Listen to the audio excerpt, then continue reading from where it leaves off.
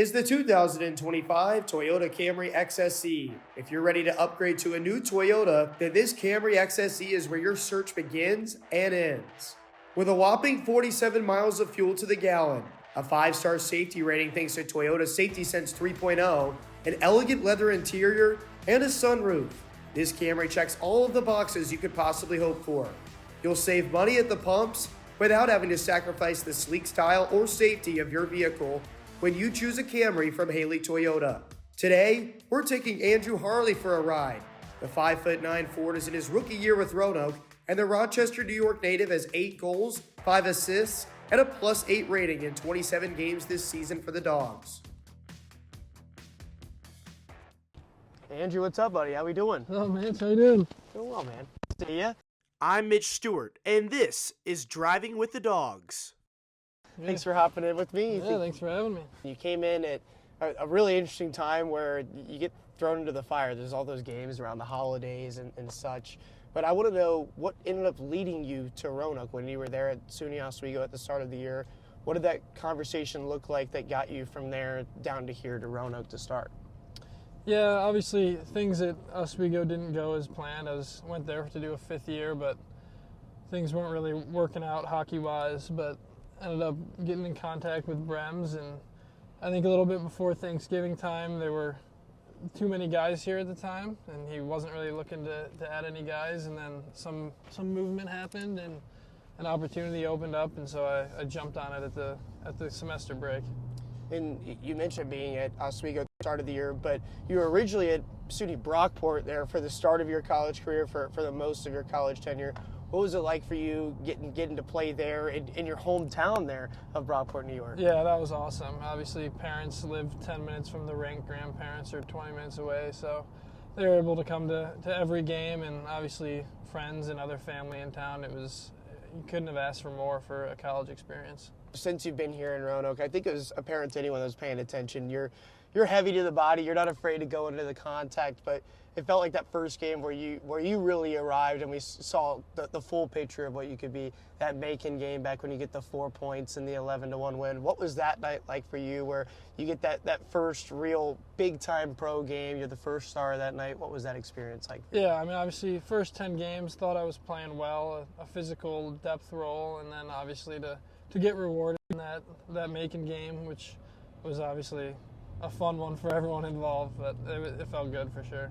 Since then, you've gotten a lot of time up there with Joe Widmar and Nick Ford. You started playing out on the first line with them out on the left wing, and you could continue to see you grow and develop in your game. What was it like playing with those two guys, where it feels like they know where everyone's at the ice on all times and have had a lot of success in this league? What was it like getting the chance to play with that duo on that line? Yeah, I mean, obviously can't complain about having those two guys as line mates, but yeah, I think just trying to find my role with them and support them in the best way I can, and obviously they're going to make things happen, and I was trying to do my best to help them out in that and create as much as I can as well. Even though you came in as a forward, obviously, and that's where you're most comfortable, and at first it was out on the wing, and then you get asked to slide in and play a little bit at centerman, and then by the end of this past weekend at the time of this recording, you were back there playing on the left side of defense. Is that somewhere that you've played before? What's your experience level like there, and what were those conversations like with Coach Dan and trying to find out where you were maybe best suited to help get the team results over that weekend? Yeah, I mean, honestly, as far as center goes, that's something I haven't played since high school, but it was something I played all growing up through youth, so obviously something I needed to get a little more comfortable in at the pro level. But in terms of defense, I'd played 30 games my first year of juniors, so it's almost 6 years ago now. That was the first time I'd ever played D, and played about 34 games there in my first season of juniors, but haven't done it since. So it was a little bit of nerves, but once I found my footing and was comfortable doing that. But yeah, obviously with guys going down on the back end, and then it all started with Stevie leaving that game for a couple minutes. I needed a guy to go back there, and Brems just slid me back and stuck there for the weekend. And obviously wherever they need a guy to fill the lineup and help us be successful and complete a series sweep, I'm willing to do. I know that for most of this season you've been living with Matty O'Day here in Roanoke, and of course he's a guy that's been here for quite a while in Roanoke and knows the ropes, so to speak. What's it been like for you getting a chance to live with Matty and maybe pick his brain a bit since he has had so much experience here? Yeah, I think my answer is better than the one he'd give you because I've been asking him a lot of questions. I think it's bothering him a little bit, but obviously he's got a lot of knowledge on the area, whether it's hockey related or just about Roanoke and places to go, places to eat, stuff like that. But definitely been picking his brain a ton in terms of pro hockey life and just Roanoke in general. Those expectations and how they may evolve or grow throughout the course of the season. And obviously Roanoke's had a really strong regular season going for them, but have those conversations started to change a little bit now that the playoffs are about a month away and you're kind of starting to look at that as obviously what your goal is for the season is to get to that point in the playoffs and play the way you guys have been playing here lately. What are those conversations like both within the room or maybe when Dan is in the room to make sure that you guys are doing what you need to do to get prepared?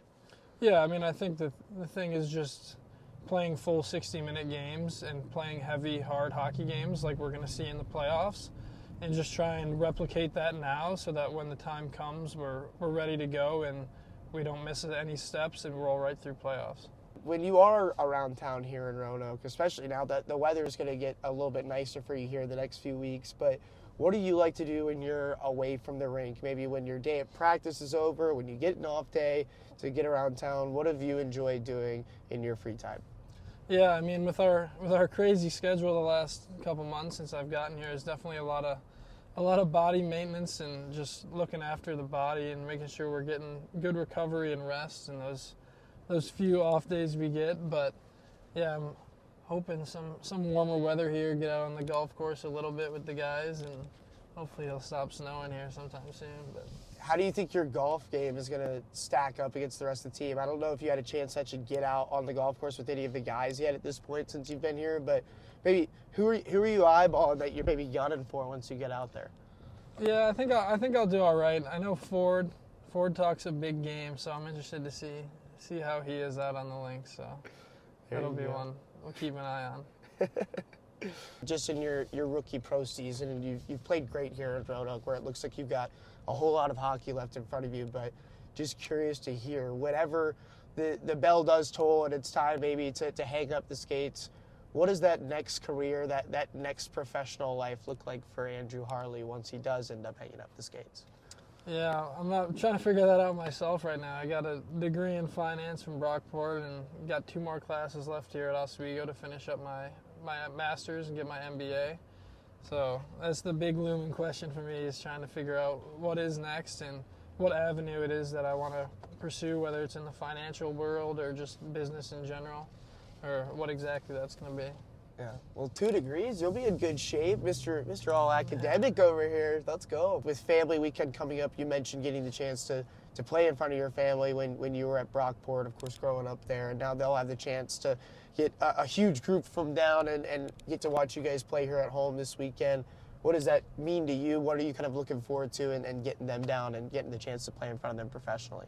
Yeah, my parents have been lucky enough to be able to come down a few times already whenever we have a 3-game homestand or even just 2 games in a weekend here. But I think the big thing is my grandparents coming down there. They've always been my biggest fans and biggest supporters when it comes to hockey and just my life in general. So definitely excited for them to come down and be able to watch first pro games live, because they've been listening to you every weekend on Flow and been enjoying it, and it's what they've been living for right now and love watching it.